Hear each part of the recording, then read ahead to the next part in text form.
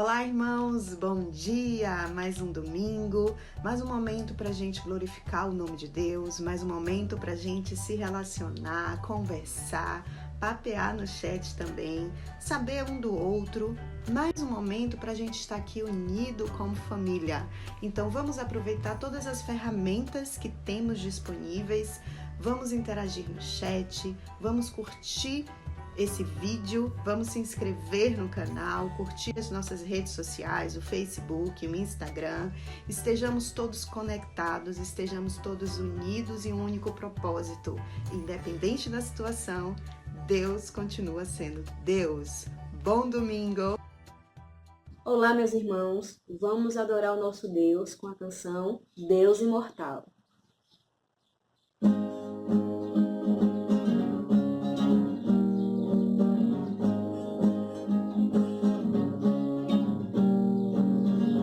Respirar bem fundo e agradecer. Me lembro o dia em que o Senhor me salvou. Lavou meus olhos, passei a ver que em nosso mundo ainda existe amor. Parece um sonho, mas é real. Viver no reino do Deus imortal. Parece um sonho, mas é real. Viver no reino do Deus imortal. E a esperança brotou em mim. Meu coração encheu-se de gratidão. E o amor de Deus eu compreendi. E agora eu vivo longe da solidão. Parece um sonho, mas é real. Viver no reino do Deus imortal. Parece um sonho, mas é real. Viver no reino do Deus imortal. Parece um sonho, mas é real. Viver no reino do Deus imortal. Parece um sonho, mas é real. Viver no reino do Deus imortal.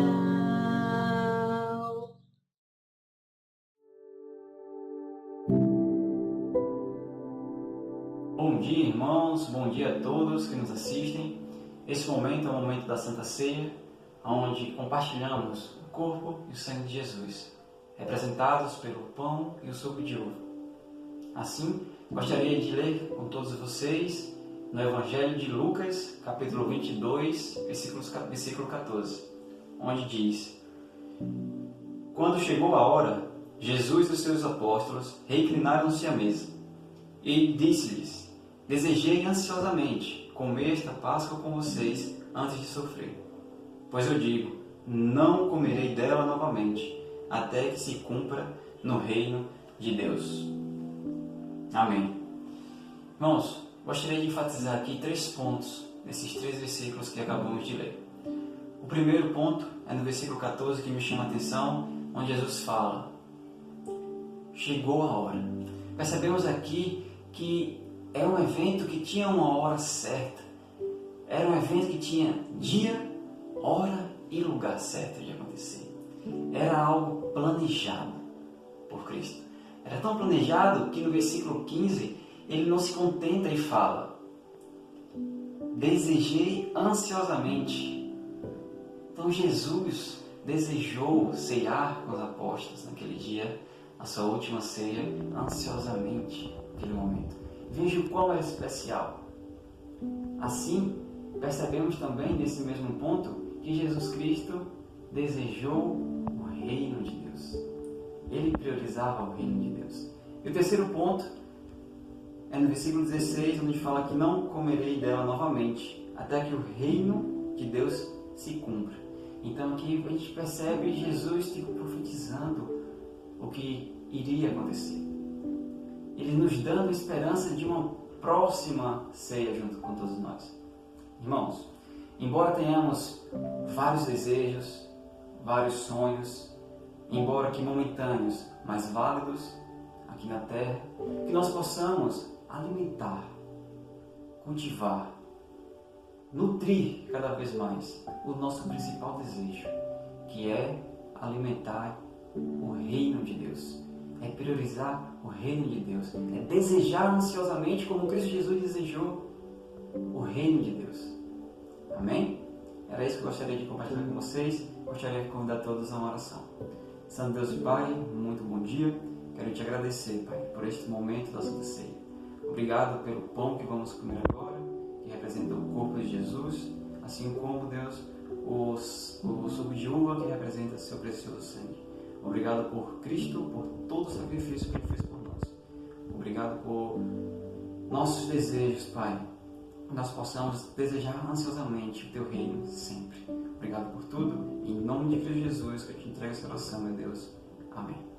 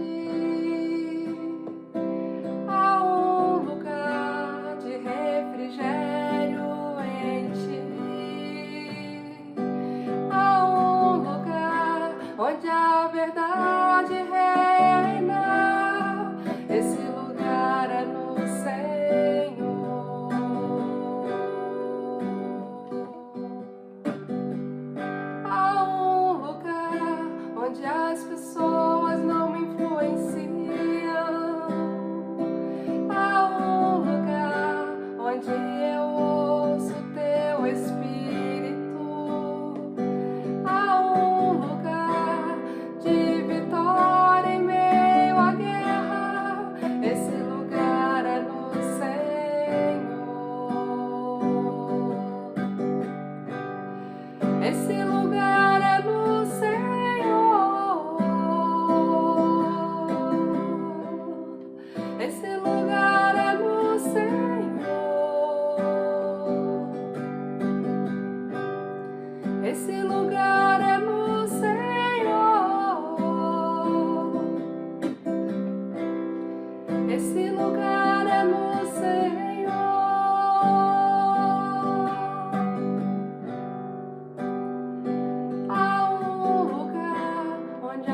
circunstância não me domina. Há um lugar onde a minha fé é fortalecida. Há um lugar onde a paz é quem governa. Esse lugar é no Senhor.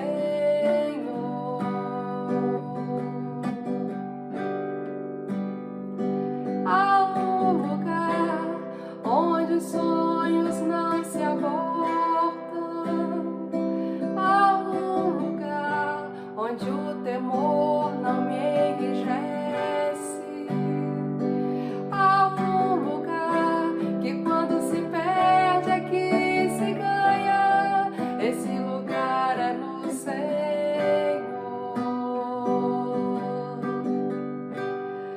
Esse lugar é no Senhor.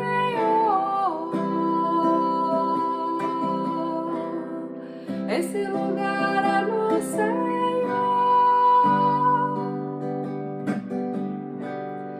Esse lugar é no Senhor.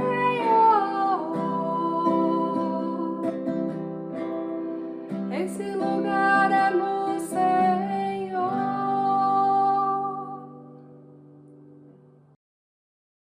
Olá, irmãos, irmãs, amigos, vamos orar? Santo Senhor de Deus, muito obrigado por tua presença, obrigado pela tua palavra, obrigado pela paz que o Senhor traz, obrigado por minha família, por cada família, Pai, que está participando dessa reunião. Deus Santo, te peço que o Senhor nos abra nossas mentes, nossos corações para o que o Senhor quiser, Pai, que não saia da minha boca, Pai, mas que o Teu Espírito, Pai, é quem fale a cada um dos nossos corações. Te agradecemos, portanto, em nome de Cristo. Amém.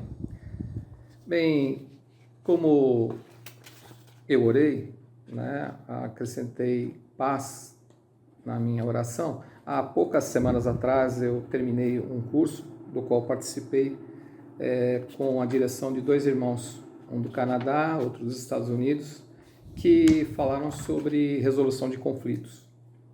Conflitos fazem parte da nossa vida e provavelmente vai ser um curso todo que virá por aí, mas eu peguei um ponto desse curso e quis esmiuçar biblicamente aqui, primeiro comigo e depois com vocês.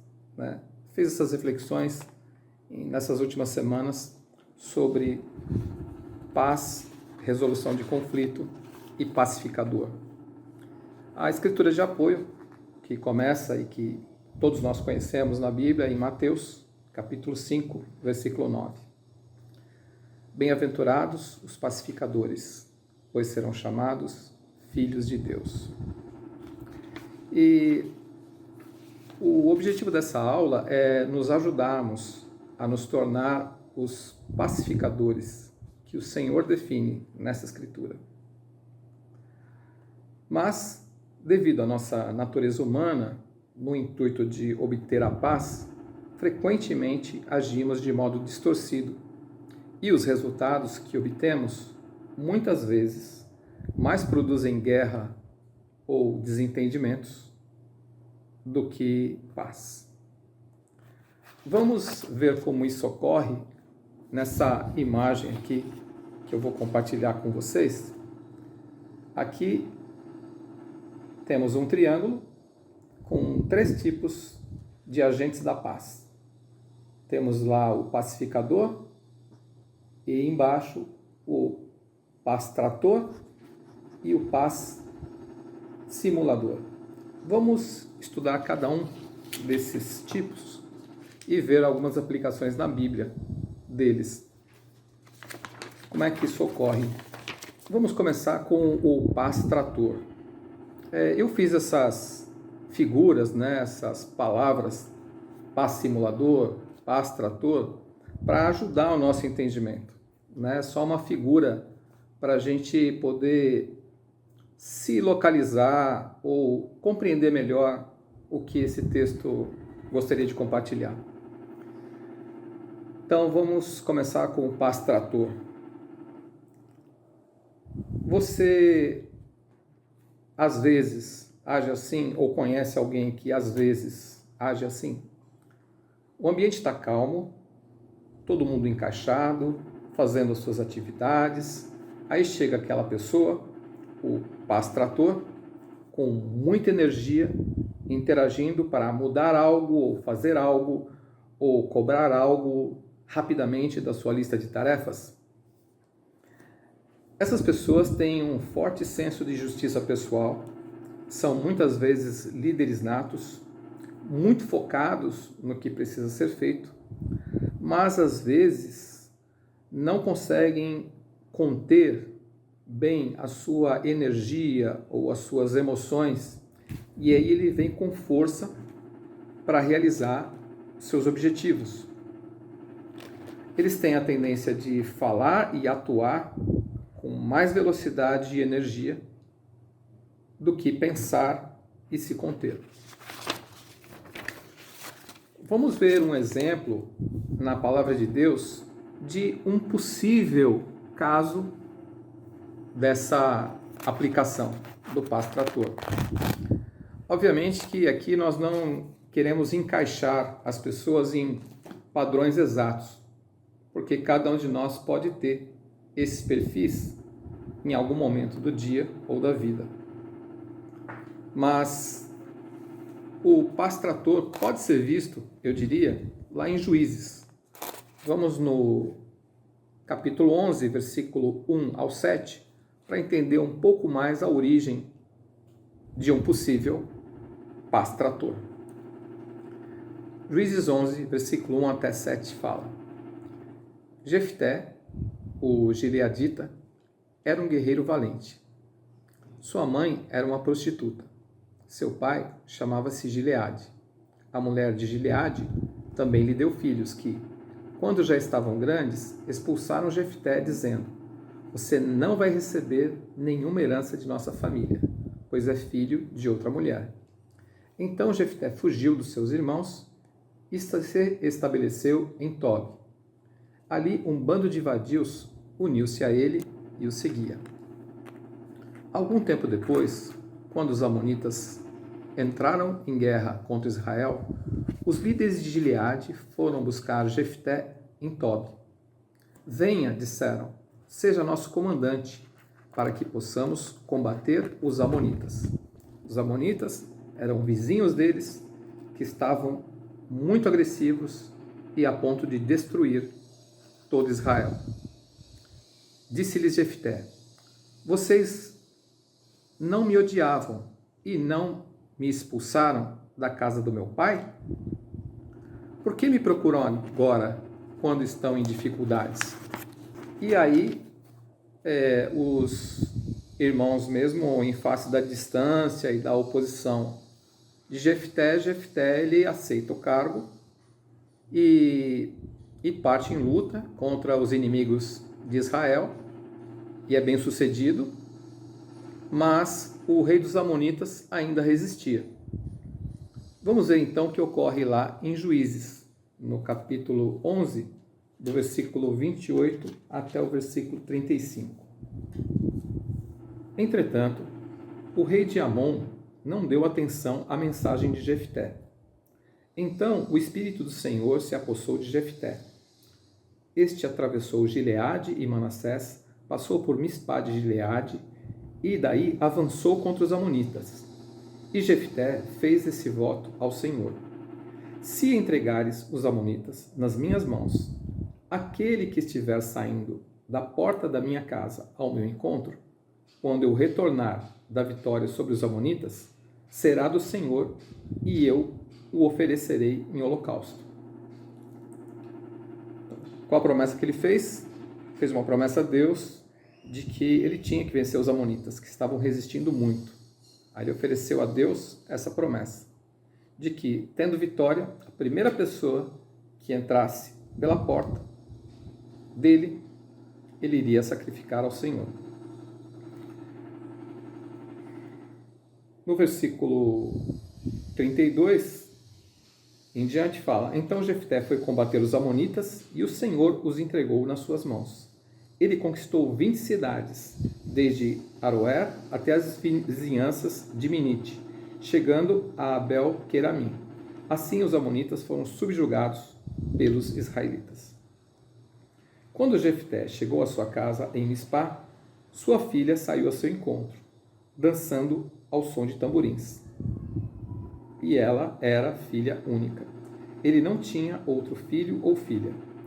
Quando a viu, rasgou as vestes e gritou: ah, minha filha, estou angustiado e desesperado por sua causa, pois fiz ao Senhor um voto que não posso quebrar. Então, ele, Jefté, no afã, no desejo de ter a vitória, fez um sacrifício pessoal. Mas ele não imaginava que a própria filha seria a pessoa que ia entrar porta dentro da casa dele, causando, obviamente, muita dor e sofrimento para ele e para outras pessoas. Nesse trecho que a gente leu, nesses dois trechos que a gente leu, a gente vê Jefté um líder nato, corajoso. Em uma das guerras ele conquistou 20 cidades, mas tão obstinado a vencer que fez, sem calcular direito, uma promessa a Deus de sacrificar a primeira pessoa que entrasse em sua casa. Falou, realizou e sofreu a consequência dessa atitude. O tipo paz trator é, por outro lado, esse tipo que a gente ilustrou com Jefté, que, de novo, eu não estou aqui classificando Jefté como um paz trator ou um pacificador, nada disso. É só uma figura para a gente entender algumas características, tá? Desse perfil. O tipo paz trator, por outro lado, ele é imprescindível na nossa sociedade, ou em casa, ou no trabalho, porque ele puxa as pessoas para fora, para cima, tirando da zona de conforto, tirando dessa paz aparente, que as pessoas ou os ambientes podem ter. Ele tem energia nessa direção e é comprometido com seus objetivos. Porém, precisa tomar cuidados para controlar o seu lado B, que todos temos. No caso do paz trator, o seu lado B é a sua tendência à impaciência ou a sua energia excessiva ou agressiva, enfim. Vamos ver agora o segundo tipo de pacificação ou de pacificador, que é o paz simulador. Você conhece alguém assim? O ambiente está pesado, existe algum problema no ambiente ou no relacionamento, na relação. A pessoa chega, quieta,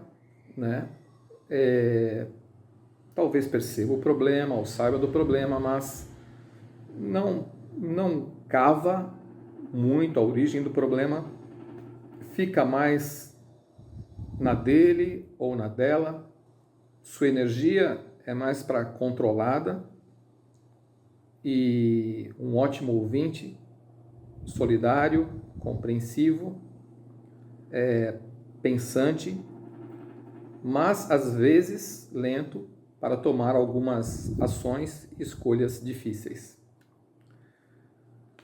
Muito preocupado com as pessoas, às vezes tem baixa autoestima e às vezes prefere acomodar as situações num conflito, encaixando as tensões das pessoas e eventualmente, quando ele está em conflito com uma outra pessoa, ele tem a tendência de conceder à outra parte o que a outra parte deseja, simplesmente para acabar com o conflito. Porque ele prefere paz nas relações à vitória nas disputas. ele busca ser justo nas suas decisões, mas pode ser que nisso ele se esteja protegendo, pois já foi machucado no passado e não quer discussão ou guerra em casa ou no trabalho. Então, nós temos alguns exemplos na Bíblia de pessoas que foram paz simuladores. Então, o que é o paz simulador? É uma pessoa que é aparentemente pacífica, né, e tranquila e conciliadora, que são óbvias virtudes, todavia eles têm, como a gente narrou atrás, uma tendência de acomodação, de não enfrentar a raiz do problema, né, porque ela pode ser dolorosa ou provocar ainda mais conflito. Então ele tem uma tendência de fugir do conflito e não enfrentar a situação, o conflito. Temos alguns exemplos na Bíblia, né, de pessoas que tomaram algumas ações que nos remetem à possibilidade deles serem paz simuladores, ou pelo menos nesses momentos eles assim o foram. Um deles foi Pilatos, quando estava julgando Jesus. Em determinado momento ele concordou que Jesus, ouvindo Jesus, ele concordou que Jesus é inocente. Logo depois, com a acusação dos religiosos da época, ele achou que talvez não. Mas finalmente, depois dessa discussão, ele entendeu que sim, Jesus não poderia ser condenado.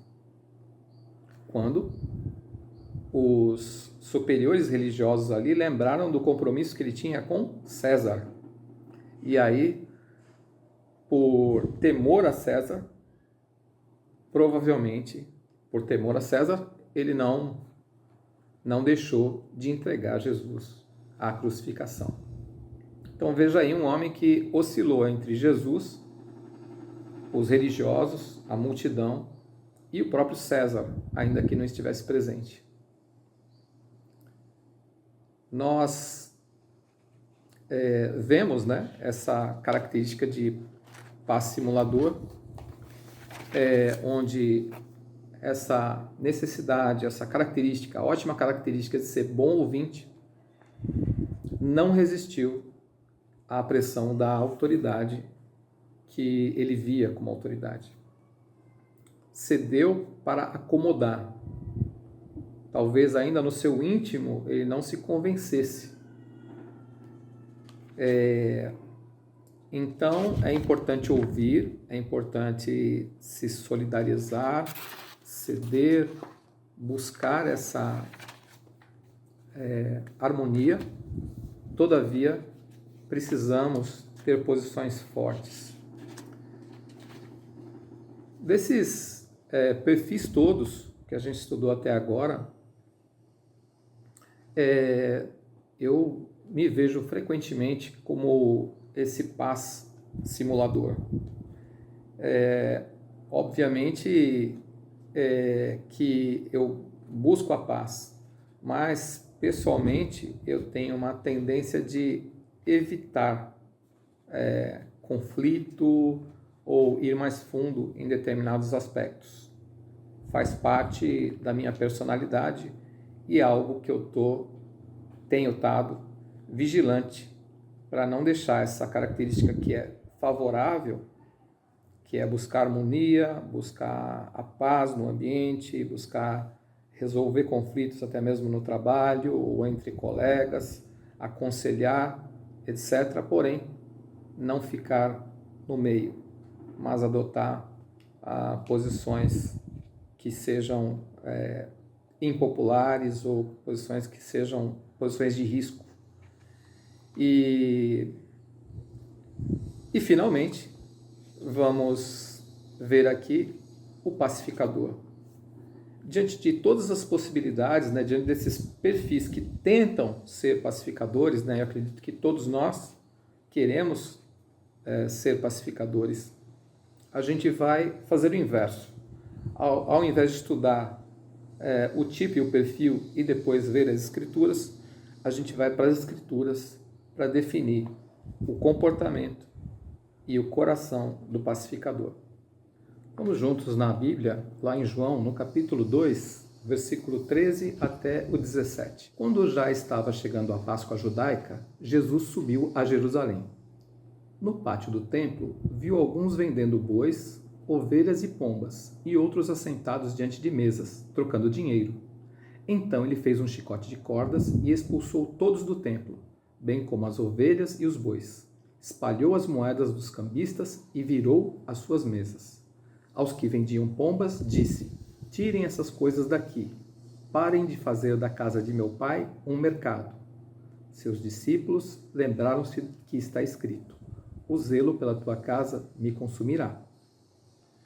Aqui, aparentemente, Jesus estava com uma atitude demolidora, uma atitude de trator, né? Diferente daquilo que a gente podia imaginar como pacificador. Mas o que ocorria é que existia lá no templo uma falsa paz, ocultando lá outra coisa. E hoje, né, onde é o templo de Deus? Sou eu e você. Nesse templo, o que tem lá dentro? Né? Lá, quando Jesus chegou naquele templo físico, ele ficou com uma aparente fúria, né? Mas na verdade era um radicalismo, uma oposição ardente, um zelo com Deus, né? E da mesma forma, hoje, dentro de mim, dentro de você, nós temos a mesma oportunidade de sermos esse trator, né? Esse paz trator na questão de manter limpo o nosso coração, de tornar limpo e de manter limpo. São dois desafios importantíssimos, segundo Jesus.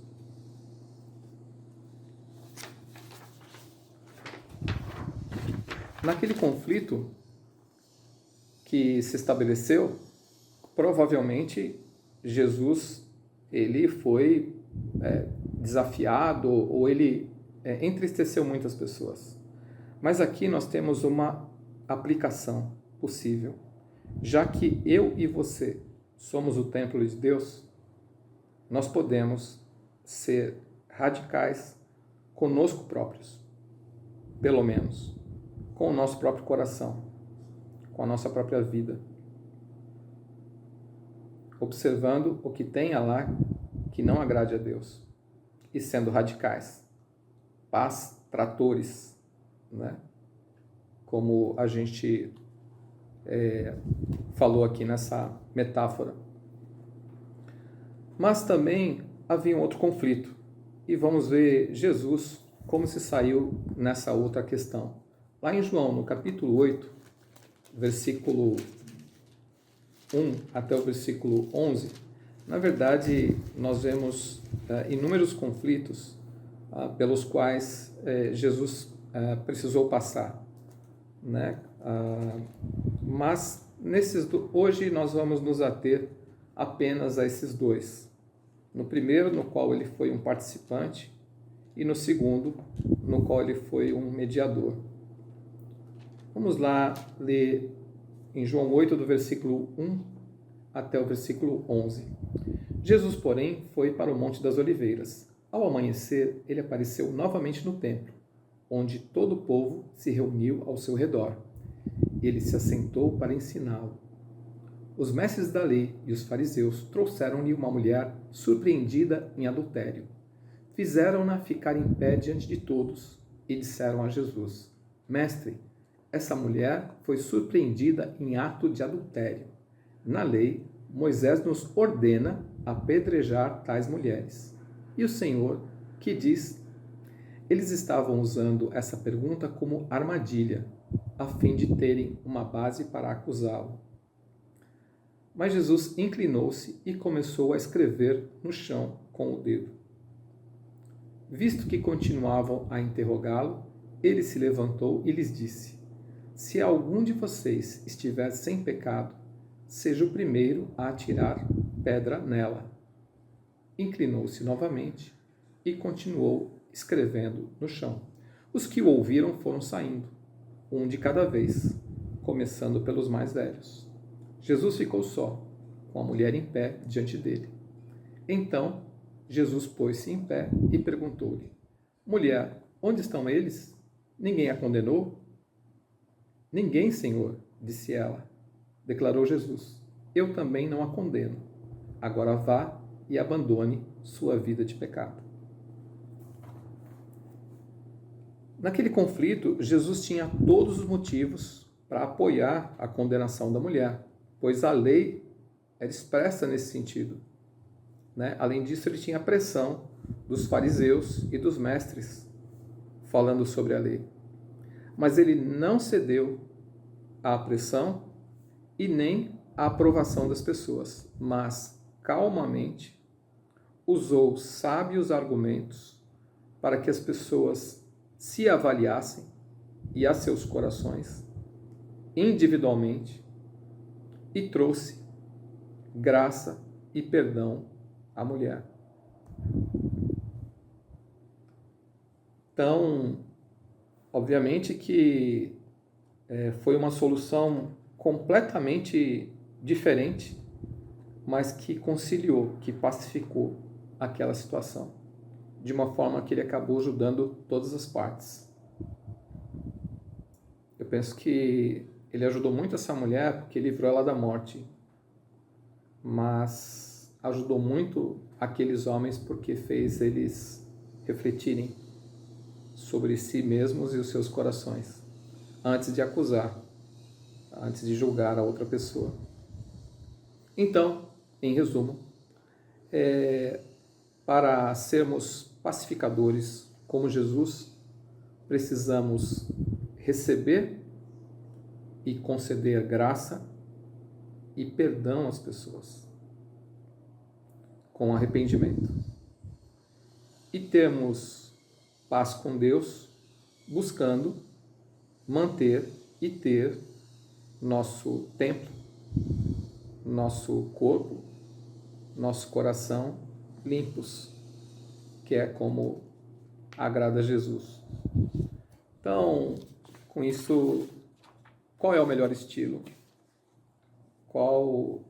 Quem se aproxima mais do ideal? É aquela pessoa pacífica, que temos muitos na nossa sociedade, ou aquela pessoa com mais energia para transformar o que é injusto?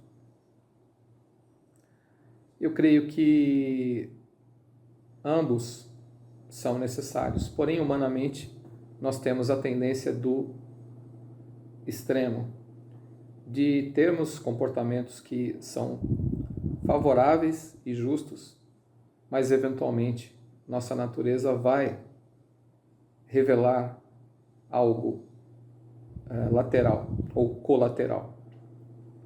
Eventualmente, as pessoas que são muito conciliadoras, amistosas, boas ouvintes, têm menos energia e talvez tendam à acomodação naturalmente.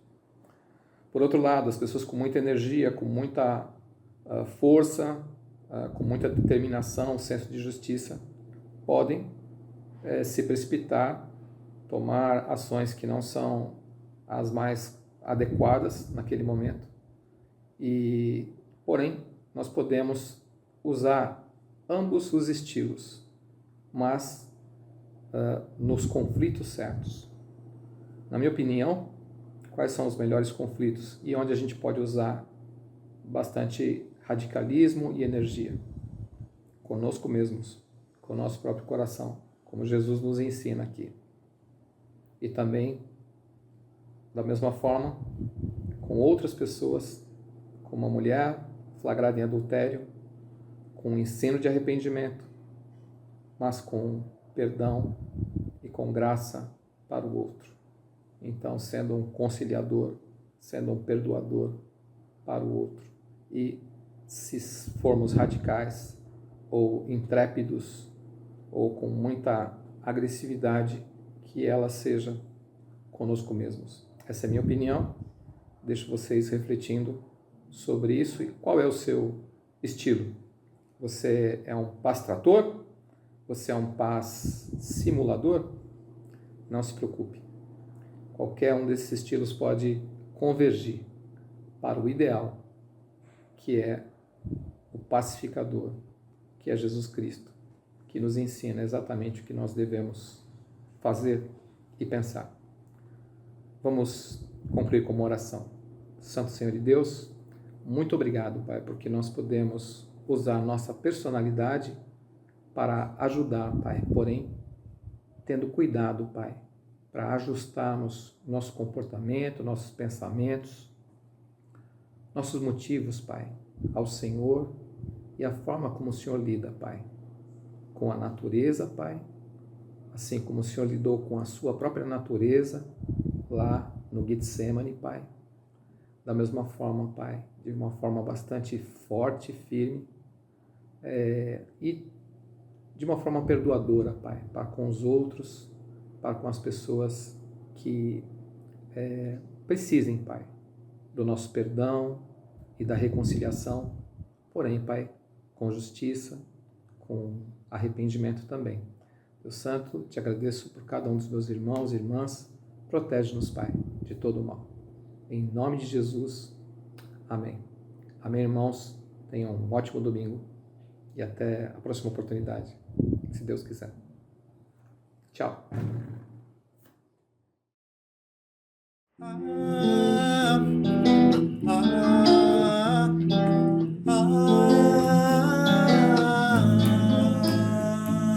As montanhas se movem e se jogam no mar, mortos que ressuscitam, novas vidas. Assim é o nosso Deus, poderoso e fiel, Deus de todo poder.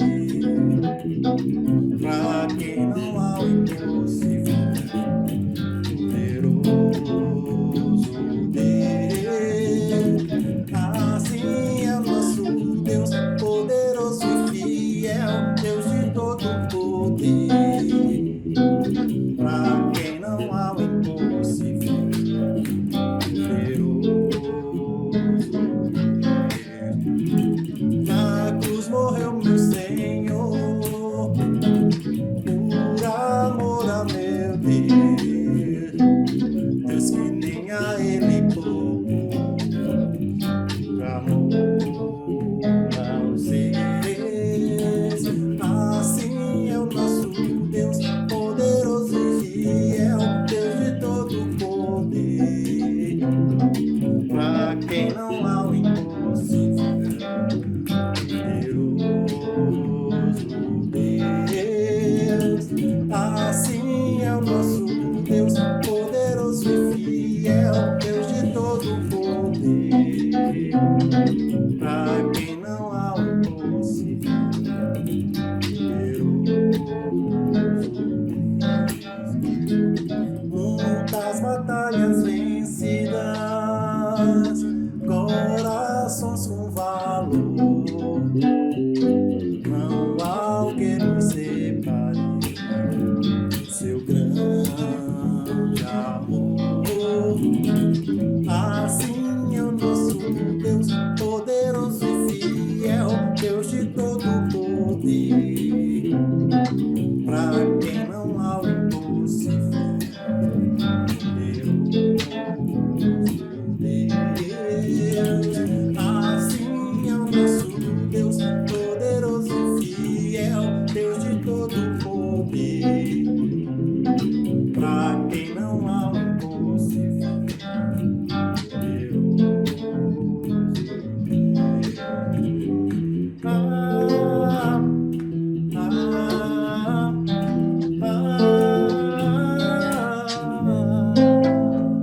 assim é o nosso Deus.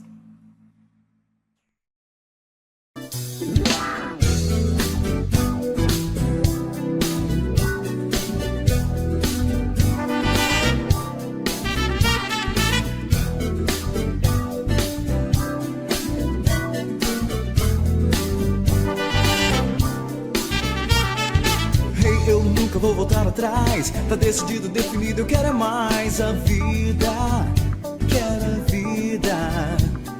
A vida verdadeira com uma razão, com seriedade, que sem amizade não dá certo não. Dá certo não.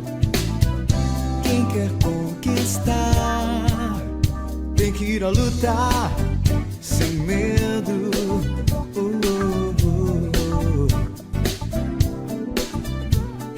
Então, meu caro, não dá pra parar. Com toda a coragem, com muita vontade, podemos voar. Vamos voar. Saindo do chão, animando seu irmão. Verá que a real felicidade tá na nossa mão. Na nossa mão.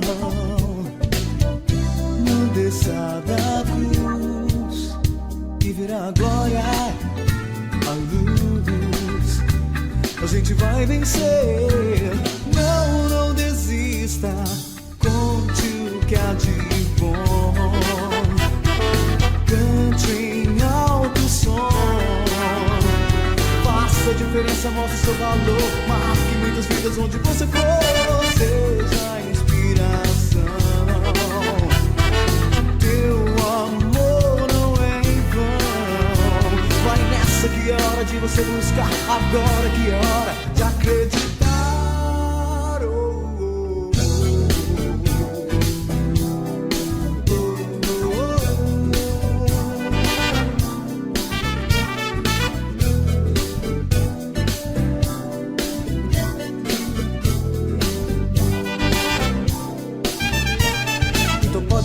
A gente vai crescer, espalhar esse milagre pelo mundo. Você vai ver, você vai ver.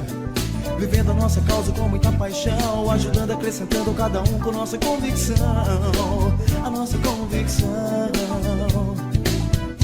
Não basta sonhar, tem que ir a lutar sem medo.